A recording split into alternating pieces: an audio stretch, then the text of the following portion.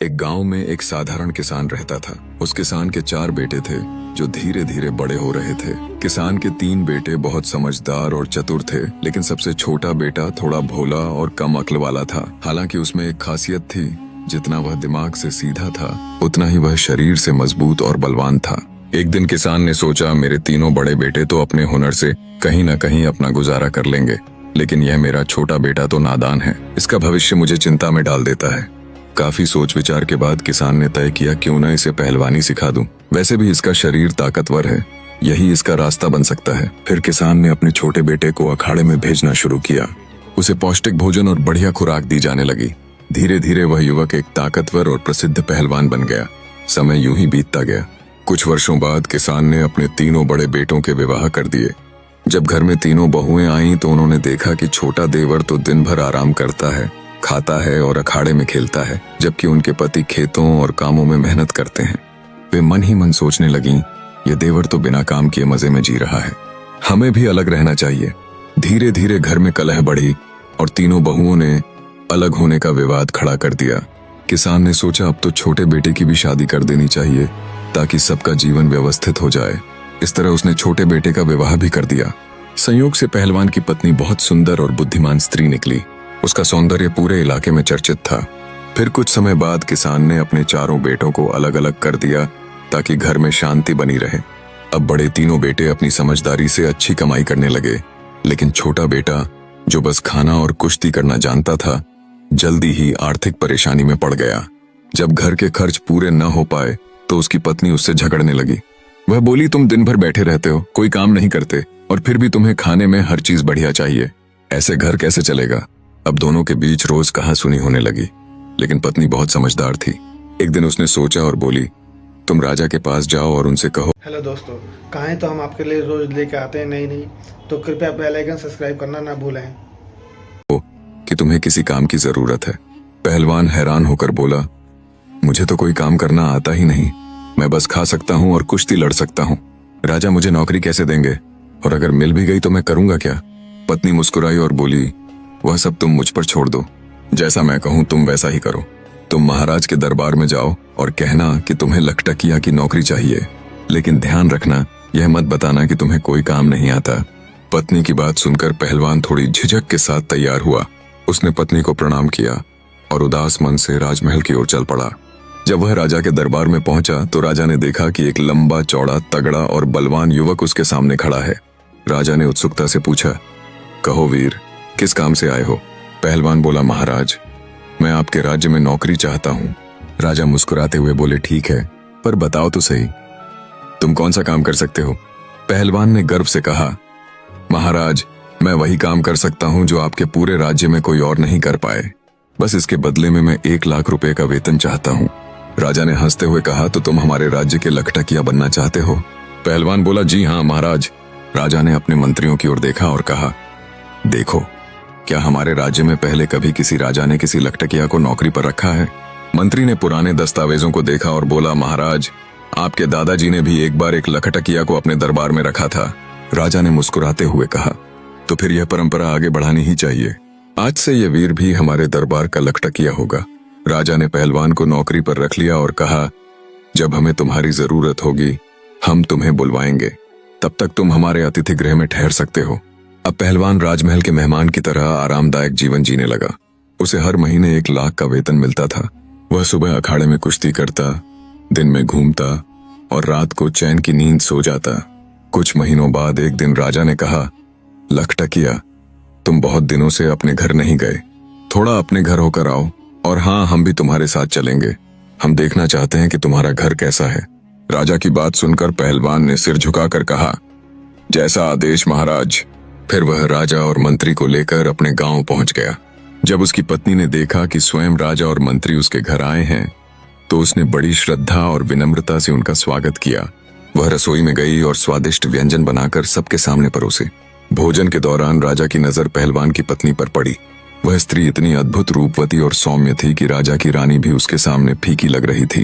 राजा कुछ देर तक उसे देखता रह गया और मन ही मन आश्चर्य से भर गया। भोजन समाप्त होने के बाद राजा और मंत्री वापस लौट आए। रास्ते में राजा ने कहा, मंत्री जी, क्या आपने देखा उस पहलवान की पत्नी को। उसकी सुंदरता तो हमारे महल की रानी से भी बढ़कर है। मंत्री ने हल्की मुस्कान के साथ कहा, जी महाराज, यह तो भाग्य की बात है। किसी के नसीब में सोना होता है तो किसी के हिस्से में मिट्टी भी नहीं आती। राजा ने गहरी सांस ली और बोला, मंत्री जी, मैं उस स्त्री को पाना चाहता हूँ, इसीलिए मुझे कोई तरकीब बताइए, हमें क्या करना चाहिए। मंत्री कहने लगा, महाराज मुझे कुछ समय दीजिए, मैं कोई ना कोई उपाय सोचकर आपको बताऊंगा। राजा और मंत्री उसी दिन से पहलवान की पत्नी को हड़पने का षड्यंत्र रचने लगे। धीरे धीरे कुछ समय और बीता। तभी महाराज की माँ यानी राजमाता बीमार पड़ गईं। जब राजमाता बीमार पड़ी तो महाराज ने बड़े बड़े वैद्यों को उन्हें दिखाया, परंतु कोई भी वैद्य उन्हें ठीक नहीं कर पाया। एक दिन एक वैद्य जी आए। तभी मंत्री के मन में एक योजना बनी, पहलवान की पत्नी को पाने का यही मौका है। पहलवान ने कहा था कि जो कार्य कोई नहीं कर सकता वह मैं कर सकता हूँ। आज उसे उसके ही जाल में फंसाने का मौका मिल गया। तब मंत्री उस वैद्य के पास गया और उससे बोला, वैद्य जी, अगर आप हमारे बताए अनुसार राजमाता का इलाज करेंगे तो मैं आपको 500 स्वर्ण मुद्राएं दूंगा। 500 स्वर्ण मुद्राएं की बात सुनकर वैद्य के मन में लालच आ गया। वह बोला, बताइए मंत्री जी, मुझे क्या करना होगा। मंत्री बोला, वैद्य जी, आप राजमाता के इलाज के लिए राजा से ऐसी वस्तु की मांग कीजिए जो कहीं भी उपलब्ध न हो। 500 स्वर्ण मुद्राओं के लालच में आकर वैद्य कहने लगा, मंत्री जी, मैं ऐसा ही करूंगा। अब मंत्री राजा को लेकर उस वैद्य के पास गया। वैद्य ने राजमाता की नब्ज देखी और नब्ज देखकर राजा से कहा, महाराज, इनका इलाज अब संभव नहीं है। यह सुनकर राजा घबरा गया और कहने लगा, क्यों वैद्य जी, क्या बात है। वैद्य ने कहा, राजन, आपकी माता को केवल एक ही वस्तु ठीक कर सकती है। राजा कहने लगा, बताइए वह क्या है। फिर वैद्य बोला, महाराज, वह वस्तु बहुत ही दुर्लभ है, इतनी आसानी से नहीं मिल सकती। राजा बोला, आप बताइए तो सही, मैं उस औषधि को किसी भी तरह ढूंढ कर लाऊंगा। तब वैद्य जी ने बताया, महाराज, यदि आप 4 हूर बिलाव मंगवा दें तो आपकी माता ठीक हो सकती हैं। उन चारों का तेल निकालवा कर यदि उस तेल से राजमाता के शरीर की मालिश की जाए तो वे बहुत जल्दी स्वस्थ हो जाएंगी। वैद्य की बात सुनकर राजा मन ही मन विचार करने लगा कि अवश्य ही उस जानवर को मंगवाना चाहिए। फिर राजा ने पूछा, वह कहाँ मिलता है। वैद्य कहने लगा, महाराज, वह हिमालय के जंगलों में मिलता है। राजा ने कहा, ठीक है वैद्य जी, तब तक आप हमारी माता का इलाज करते रहिए। हम अभी दरबार जाकर किसी को हूर बिलाव लाने के लिए भेजते हैं। दरबार में जाकर महाराज ने अपने सभी सभासदों, मंत्रियों और सेनापतियों को बुलाया और उनसे कहा, क्या कोई ऐसा योद्धा है जो हूर बिलाव नामक जानवर ला सके। ये बात सुनकर कुछ समझदार लोग कहने लगे, महाराज, ये हूर बिलाव क्या होता है, हमने आज तक यह नाम कभी नहीं सुना। राजा कहने लगा, यह एक विशेष प्रजाति का जानवर होता है जो हिमालय के जंगलों में रहता है। राजा की बात सुनकर सभी दरबारी चुप हो गए, क्योंकि जिस हूर बिलाव की बात राजा कर रहे थे, आज तक किसी ने ऐसा कोई जानवर नहीं देखा था, न सुना था। अब राजा ने उन्हें चुपचाप देखते हुए मंत्री से कहा, मंत्री जी, ऐसे तो काम नहीं चलेगा। राजमाता को बचाने के लिए हमें हूर बिलाव जानवर को लाना ही होगा। फिर मंत्री कहने लगा, महाराज, जो पहलवान हमारे यहाँ केवल बैठे बैठे तनख्वाह ले रहा है वह किस दिन काम आएगा। क्यों ना वही इस हूर बिलाव को लाने जाए। आप उसे बुलाकर कहिए कि वह 1 महीने के अंदर हूर बिलाव को लाकर दे, नहीं तो उसे फांसी पर चढ़ा दिया जाएगा। मंत्री ने आगे कहा, महाराज, अगर पहलवान हूर बिलाव लेने जाएगा तो कभी लौट कर नहीं आ पाएगा, क्योंकि हूर बिलाव नाम का कोई जानवर होता ही नहीं है। राजा ने पूछा, क्या मतलब। तब मंत्री ने महाराज को अपने द्वारा रचे गए पूरे षड्यंत्र के बारे में धीरे से बता दिया। मंत्री का षड्यंत्र सुनकर राजा अत्यंत प्रसन्न हो गया और बोला, वाह मंत्री जी, आपने तो बहुत अच्छा उपाय निकाला है। हम कल ही उस पहलवान को हूर बिलाव लाने के लिए भेज देंगे। अगर वह खाली हाथ वापस आया तो हम उसे फांसी पर चढ़ा देंगे और पहलवान की पत्नी को हम अपनी रानी बना लेंगे। अब तो राजा ने बिना देर किए कुछ सिपाही भेजकर पहलवान को अपने दरबार में बुलवा लिया। पहलवान के दरबार में आते ही महाराज कहने लगे, हे पहलवान, तुम काफी समय से बैठे बैठे वेतन ले रहे हो, लेकिन अभी तक तुमने हमारा कोई काम नहीं किया है। अब तुम्हारे लिए एक जरूरी काम आ गया है। पहलवान बोला, आदेश कीजिए महाराज, मैं अवश्य करूंगा। तब राजा ने कहा, हमें 4 हूर बिलाव और नाम के जानवरों की जरूरत है। उनका तेल निकलवाना है और उस तेल से राजमाता के शरीर पर मालिश करानी है, जिससे उनकी बीमारी दूर हो सके। राजा की बात सुनकर पहलवान सोच में पड़ गया और कहने लगा, महाराज, मुझे कुछ समझ में नहीं आया, यह हूर बिलाव क्या होता है। राजा ने कहा, हम भी नहीं जानते, लेकिन यह काम सिर्फ तुम ही कर सकते हो, इसीलिए हमने इस कार्य के लिए तुम्हें ही चुना है। काफी सोच विचार के बाद पहलवान बोला, ठीक है महाराज, आप मुझे कुछ समय दीजिए। तब महाराज बोले, मैं तुम्हें 1 महीने का समय देता हूँ। अगर तुम 1 महीने में 4 हूर बिलाव नहीं ला पाए तो तुम्हें फांसी पर चढ़ा दिया जाएगा। महाराज की बात सुनकर पहलवान घबरा गया और आदेश का पालन करने के लिए हिमालय की ओर चल पड़ा। रास्ते में वह सोचता रहा, हमने तो कभी इस जानवर के बारे में सुना ही नहीं, ना ही कभी देखा है। शायद मेरी पत्नी को इस बारे में कोई जानकारी हो, इसलिए एक बार अपनी पत्नी से मिल लेना चाहिए, शायद उसे कुछ पता हो। यही सोचकर वह सीधा अपने घर लौट आया और अपनी पत्नी को सारी बात बता दी। पहलवान की पत्नी ने जब सारी बात सुनी तो उसने मन ही मन विचार किया, ऐसा तो कोई जानवर होता ही नहीं, शायद महाराज ने मेरे पति के लिए कोई षड्यंत्र रचा है। बहुत सोच विचार करने के बाद वह बोली, ठीक है, तुम्हें महाराज ने 1 माह का समय दिया है। मेरे मायके में बहुत से हूर बिलाव मिलते हैं। तुम ऐसा करो कि मेरे मायके चले जाओ और वहीं रहना। जब तक मैं खबर ना भेजूं तब तक वापस मत आना। मैं अपने भाइयों से कहकर हूर बिलाव मंगवा दूंगी। यह बात सुनकर पहलवान खुश हो गया और अपनी ससुराल चला गया और वहीं पर आराम से रहने लगा। उधर पहलवान की पत्नी ने सोचा कि राजा अवश्य ही मेरे पति को ढूंढते हुए यहाँ तक आएगा। उसने सारी परिस्थितियों को पहले ही भांप लिया और अपने आंगन में 100 हाथ गहरा एक कुआं खुदवा दिया। फिर उसके ऊपर कच्चे धागों से एक चारपाई बुनकर रख दी और उस चारपाई के ऊपर अच्छे से बिस्तर लगा दिया। इधर राजा ने सोचा कि यही सही मौका है, पहलवान के घर जाकर उसकी पत्नी से अपने प्रेम का इजहार करना चाहिए। अगले दिन राजा ने पहलवान के दरवाजे पर दस्तक दी और आवाज लगाई। पहलवान की पत्नी ने आकर दरवाजा खोला। द्वार पर राजा को देखकर वह बोली, महाराज, इस समय मेरे पति घर पर नहीं है, इसलिए आप बाहर ही विराजिए, मैं आपके लिए भोजन पानी लेकर आती हूँ। राजा कहने लगा, अरे नहीं नहीं, मैं बाहर क्या करूंगा, मैं भी तुम्हारे साथ अंदर ही चलता हूँ। पहलवान की पत्नी को अपने जाल में फंसाने की नीयत से राजा कहने लगा, हे सुंदरी, लगता है कि पहलवान तुम्हें अच्छे से नहीं रखता है। अरे वह तुम्हें क्या अच्छे से रखेगा, वह तो खुद दूसरे की नौकरी करता है। अगर तुम हमारे महलों की रानी होती तो तुम्हारी जिंदगी कितनी खूबसूरत होती। राजा के मुख से ऐसी मीठी मीठी बातें सुनकर पहलवान की पत्नी समझ गई कि राजा की नीयत खराब है। उसने सोचा अब इसे सबक सिखाना चाहिए। पहलवान की पत्नी ने राजा से कहा, आइए महाराज, अंदर आइए, आप ठीक कह रहे हैं, पहलवान किसी भी तरह से मेरे योग्य नहीं है, अब मैं ही उसे छोड़ दूंगी और आज से मैं आपके साथ ही रहूंगी। राजा उसकी बातों में आ गया और उसके साथ अंदर चला गया। घर के आंगन में पहलवान की पत्नी ने जो कच्चे सूत की चारपाई कुएं के ऊपर बिछा रखी थी और उस पर मखमल की चादर डाली थी, उसी चारपाई की ओर इशारा करते हुए पहलवान की पत्नी ने कहा, महाराज आप इस चारपाई पर बैठिए, मैं अभी आती हूँ। जैसे ही राजा उस चारपाई पर बैठा तो कच्चे धागे से बुनी हुई चारपाई टूट गई और राजा सीधे उस कुएं में गिर पड़ा और उसे बहुत चोटें आईं। महाराज के कुएं में गिरते ही पहलवान की पत्नी जोर जोर से हंसने लगी और बोली, महाराज अब आप इसी कुएं में बैठकर अपना राजपाट चलाइए। यह सुनकर महाराज सोचने लगा, यह क्या हो गया, अब तो मैं फंस गया। जब 3-4 दिन हो गए और राजा अपने दरबार में नहीं पहुंचा तो मंत्री सोचने लगा, महाराज को क्या हुआ। महाराज तो पहलवान की पत्नी के पास गए थे, ना जाने वहां क्या कर रहे हैं, मुझे भी चलकर देखना चाहिए। ऐसा सोचकर मंत्री भी पहलवान के घर की ओर चल पड़ा। मंत्री पहलवान के दरवाजे पर पहुंचा और आवाज लगाई तो पहलवान की पत्नी बाहर आई। बाहर आकर उसने देखा कि राजा के मंत्री जी खड़े हैं। वह बोली, कहिए मंत्री जी, कैसे आना हुआ। मंत्री कहने लगा, मैं महाराज से मिलने आया हूँ, वह 4 दिन से आपके यहाँ ही रुके हुए हैं। इस पर पहलवान की पत्नी बोली, वह तो उसी दिन लौट गए थे जिस दिन यहाँ आए थे। यह सुनकर मंत्री सोचने लगा, अच्छा हुआ महाराज यहाँ नहीं है, अब मैं इससे अपने दिल की बात कह दूंगा।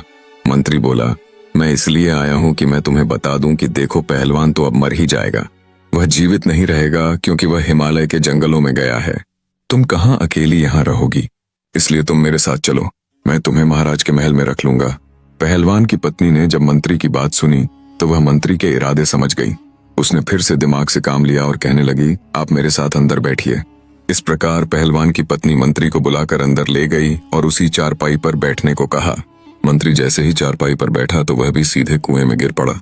मंत्री को देखकर राजा कहने लगा, मंत्री जी तुम यहाँ कैसे।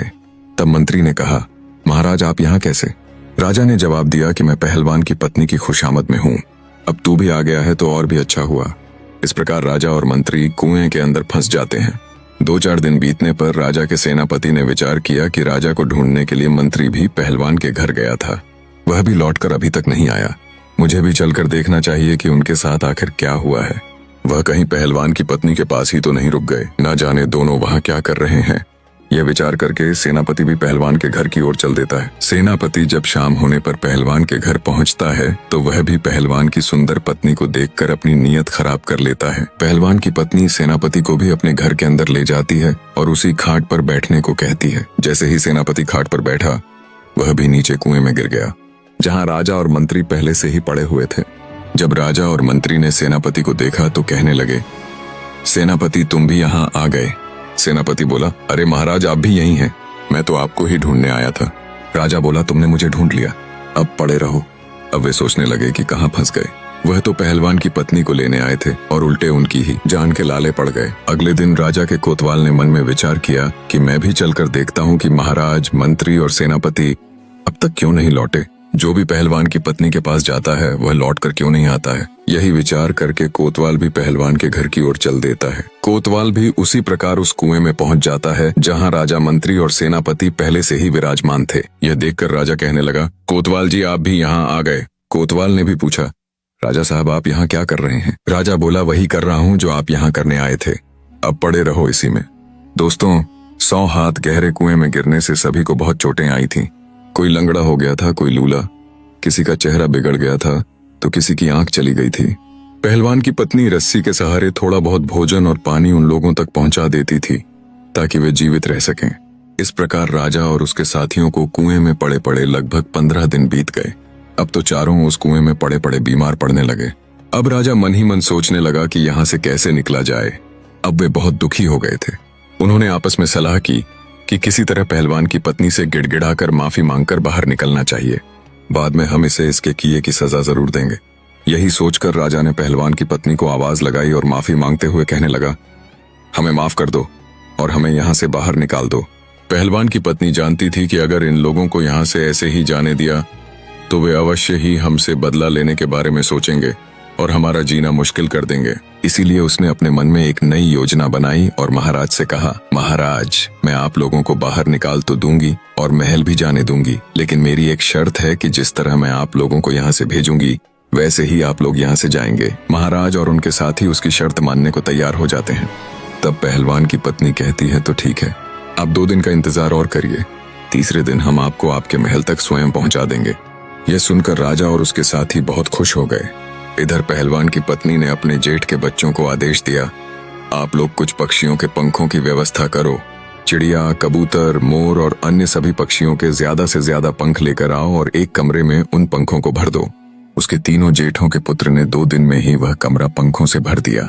जब तीसरा दिन हुआ तो पहलवान की पत्नी ने अपने जेठ के पुत्रों को फिर बुलाया और उनसे कहा, आप 2 क्विंटल तारकोल का इंतजाम करो। इस प्रकार तारकोल का इंतजाम किया गया। फिर उसे गर्म किया गया। जब वह पतला हो गया तो उसे ठंडा होने के लिए रख दिया गया। ठंडा हो जाने पर उसे एक बड़ी कढ़ाई में भरकर रख दिया गया। उसके बाद पहलवान की पत्नी ने अपने तीनों जेठों के पुत्र की मदद से कुएं में एक मोटा सा रस्सा डालकर सबसे पहले महाराज को बाहर निकाला और उनसे कहा, आप इस कढ़ाई में डुबकी लगाओ और इसके बाद उस कमरे में जाकर लेट जाओ। राजा तो पहले से ही अधमरा हो चुका था, इसलिए उसने चुपचाप पहलवान की पत्नी की बात मानते हुए तारकोल भरी कढ़ाई में डुबकी लगाई और बगल वाले कमरे में जाकर लेट गया, जिस कमरे में पक्षियों के पंख भरे हुए थे। शरीर पर तारकोल होने के कारण जैसे ही वह पक्षियों के पंख वाले कमरे में लेटा तो उसके पूरे शरीर पर पंख चिपक गए। इसी प्रकार एक एक करके चारों को कुएं से निकाला गया और तारकोल में स्नान कराया गया। उसके बाद पंख वाले कमरे में भेजकर उन्हें लिटाया गया। चारों तारकोल में डुबकी लगाने के कारण पहले से ही काले हो गए थे और अब तो उनके शरीर पर पक्षियों के पंख भी चिपक गए थे। अब वे एक अजीब प्राणी की तरह दिखने लगे थे। कुएं में गिरने के कारण वे पहले ही चोटिल हो गए थे और इतने दिनों तक कुएं में बंद रहने की वजह से उनका स्वास्थ्य भी खराब हो गया था, जिस कारण वे कोई प्रतिरोध करने की स्थिति में नहीं थे। लेकिन मन में सोच रहे थे कि एक बार यहाँ से छूटकर महल तक पहुंच जाए। इसके बाद इस पहलवान की पत्नी को ऐसा सबक सिखाएंगे कि जिंदगी भर याद रखेगी। इधर पहलवान की पत्नी ने अपने मायके खबर भेजकर अपने पति को भी वापस बुला लिया। पहलवान जब घर वापस आया तो उसकी पत्नी ने कहा, देखो मैंने 4 हुरबिलाव जानवरों की व्यवस्था कर दी है। चारों हुरबिलाव अंदर कमरे में बैठे हैं। पहलवान ने जाकर देखा कि कमरे में बहुत ही विचित्र प्रकार के 4 जीव बैठे थे। वे देखने में तो इंसानों जैसे लगते थे। उनका शरीर काला था। उन चारों प्राणियों को देखकर पहलवान बहुत प्रसन्न हुआ। पहलवान की पत्नी बोली, आप इन्हें रस्सी से बांधकर राजमहल ले जाइए वैसे तो ये बड़े सीधे साधे हैं, चुपचाप चले जाएंगे, लेकिन यदि इनमें से कोई भी रास्ते में उत्पात करे तो उसकी पिटाई के लिए एक मोटा डंडा भी साथ ले जाइए। पहलवान प्रसन्न होकर चारों को रस्सी से बांधकर उन्हें लेकर राजमहल की ओर चल पड़ता है और अपने हाथ में एक मोटा डंडा लिए। बेचारे पहले से ही घायल और दुर्बल थे, ऊपर से पहलवान के डंडे का डर, इसीलिए वे चुपचाप राजमहल की ओर चलते हैं। पैदल चलते हुए पहलवान जब राजमहल पहुंचता है तब तक शाम हो जाती है। पहलवान सोचता है अब तो रात हो गई है, महाराज भी अपने शयन कक्ष में चले गए होंगे, इसीलिए इन्हें कल सुबह ही दरबार में पेश करूंगा। ऐसा सोचकर पहलवान उन चारों को एक कोठरी में बंद कर देता है और स्वयं जाकर सो जाता है। अब राजा, मंत्री, कोतवाल और सेनापति विचार करने लगते हैं कि यदि सुबह पहलवान ने हमें दरबार में पेश कर दिया तो महारानी हमें मरवाकर हमारा तेल निकलवा देगी, क्योंकि उन्हें राजमाता को शीघ्र ठीक कराना है। अब हमारी मृत्यु निश्चित है। यदि हम पहचाने भी गए तो सारे नगर में हमारी हंसी उड़ाई जाएगी, इसलिए जल्दी कोई उपाय कीजिए। तभी अचानक राजा कहता है, इस कोठरी से एक गुप्त सुरंग मेरे शयन कक्ष तक जाती है। आप लोग ऐसा कीजिए, इस पत्थर को उठाइए और मुझे उस सुरंग में उतार दीजिए। चारों ने जोर लगाकर पत्थर उठाया और राजा को सुरंग में नीचे उतार दिया। राजा सुरंग के माध्यम से अपने शयन कक्ष में पहुंच जाते हैं। महल में जाकर राजा जोर से आवाज लगाते हैं। रानी बाहर निकलकर राजा को देखती है तो घबरा जाती है, क्योंकि राजा का रूप बहुत विचित्र हो गया था। उनके पूरे शरीर पर पंख ही पंख लगे हुए थे। ऐसा कोई जानवर या इंसान उसने पहले कभी नहीं देखा था। रानी जोर से चीख पड़ती है। रानी की आवाज सुनकर नौकर चाकर, दास दासियाओं और कुछ सैनिक वहां इकट्ठा हो जाते हैं। सब मिलकर उस विचित्र जीव की बहुत पिटाई करते हैं। वे कहने लगते हैं, मारो मारो, पता नहीं कौन सा जानवर महल में घुस आया है। राजा चिल्लाकर कहते रहते हैं, मुझे मत मारो, मैं महाराज हूं, लेकिन कोई उनकी बात नहीं सुनता। काफी मार खाने के बाद रानी उनकी आवाज पहचान जाती है। तब रानी सभी को कमरे से बाहर निकाल देती है और राजा से पूछती है, यदि आप सच में महाराज हैं तो फिर आपने यह क्या हुलिया बना रखा है? आपके साथ यह क्या हुआ? राजा कहते हैं, पहले शांत हो जाओ और मुझे चुपचाप स्नान घर ले चलो और थोड़ा मिट्टी का तेल मंगवाओ, मुझे जल्दी से स्नान करना है। रानी अपने सेवक को कहकर मिट्टी का तेल मंगवाती है और राजा मिट्टी के तेल से स्नान कराता है। नहाने के बाद अब वह अपने वास्तविक रूप में आ चुका था। अब राजा रात को आराम से अपने महल में सो जाता है और सुबह शाही कपड़े पहनकर अपने दरबार में जाकर बैठ जाता है। इधर जब सवेरा होता है और पहलवान जागता है तो वह सबसे पहले उस कोठरी में जाता है जिसमें उसने रात को चारों हुरबिलाव को कैद किया था। जैसे ही पहलवान कोठरी के अंदर पहुंचा तो उसने देखा कि 4 हुरबिलाव में से 1 हुरबिलाव गायब था। अब वहां केवल 3 ही हुरबिलाव बचे थे। अब तो वह डंडा लेकर उन तीनों को मारने लगा और पूछने लगा, बताओ एक कहाँ गया? तीनों कहने लगे, देखो भाई, हमें मत मारो, हम आपको सब कुछ बता देंगे। पहलवान कहने लगा, जल्दी बताओ, क्योंकि अगर महाराज देखेंगे तो वह हमें फांसी पर चढ़ा देंगे। तीनों कहने लगे, देखो, जब राजा तुमसे ये पूछे कि चौथा कहाँ है तो तुम ये कह देना कि हमें सब पता है। ज्यादा पूछताछ करोगे तो हम तुम्हारी पोल खोल देंगे, तब राजा समझ जाएगा और वह तुमसे कुछ नहीं कहेगा। यह सुनकर पहलवान प्रसन्न होकर उन तीनों को लेकर राजा के दरबार में उपस्थित होता है। संपूर्ण दरबार उन्हें देखकर अचंभित हो जाता है। सभी दरबारी उन्हें देखकर हंसने लगते हैं और सोचते हैं कि यह तो बड़े ही विचित्र जानवर हैं। ऐसे जानवर तो हमने पहले कभी नहीं देखे। पहलवान ने राजा को वह तीनों हुरबिलाव सौंप दिए। उन्हें देखकर राजा कहने लगा, अरे पहलवान, मैंने तो तुमसे 4 मंगवाए थे, यह तो केवल 3 ही है, एक कहाँ है? मैं अभी तुम्हें फांसी पर चढ़ा दूंगा। पहलवान कहने लगा, महाराज, ज्यादा बोलोगे तो मैं आपकी सारी पोल खोल दूंगा और सबको सच बता दूंगा। पहलवान की यह बात सुनकर राजा सोचने लगता है कि शायद इसको सब पता चल गया है। अगर इसने मेरी पोल खोल दी तो मैं कहीं मुंह दिखाने के लायक नहीं रहूंगा। राजा ने चुपचाप उन तीनों को ले लिया और कहा, जल्दी जल्दी स्नान करके साफ सुथरे होकर वापस आ जाओ। वे तीनों अपने अपने घर गए और मिट्टी के तेल से स्नान करके साफ हुए। उसके बाद राजसी वस्त्र पहनकर अपने असली रूप में वापस आए। फिर दरबार की कार्यवाही स्थगित करते हुए चारों आपस में विचार करने लगे, अगर हम पहलवान की पत्नी को पाने की इच्छा न करते तो शायद हमारे साथ ऐसा नहीं होता। अब यह बात हम किसी को भी नहीं बता सकते। अगर हम लोग पहलवान और उसकी पत्नी से बदला लेने का प्रयास करेंगे तो ये बात महारानी को पता चल सकती है और पूरे नगर में भी फैल सकती है, इसलिए इस रहस्य को गुप्त ही रखना ठीक रहेगा। तो दोस्तों, हमें इस कहानी से यह पता चलता है कि दूसरों की स्त्री और धन के पीछे नहीं भागना चाहिए। अगर भागोगे तो इसी तरह पछताना पड़ेगा और हमें अपने चारों तरफ के लोगों से सावधान और सतर्क रहना चाहिए है। हमें आशा है कि आपको यह कहानी जरूर पसंद आई होगी। ऐसी और कहानी देखने के लिए हमारे चैनल को सब्सक्राइब जरूर करें।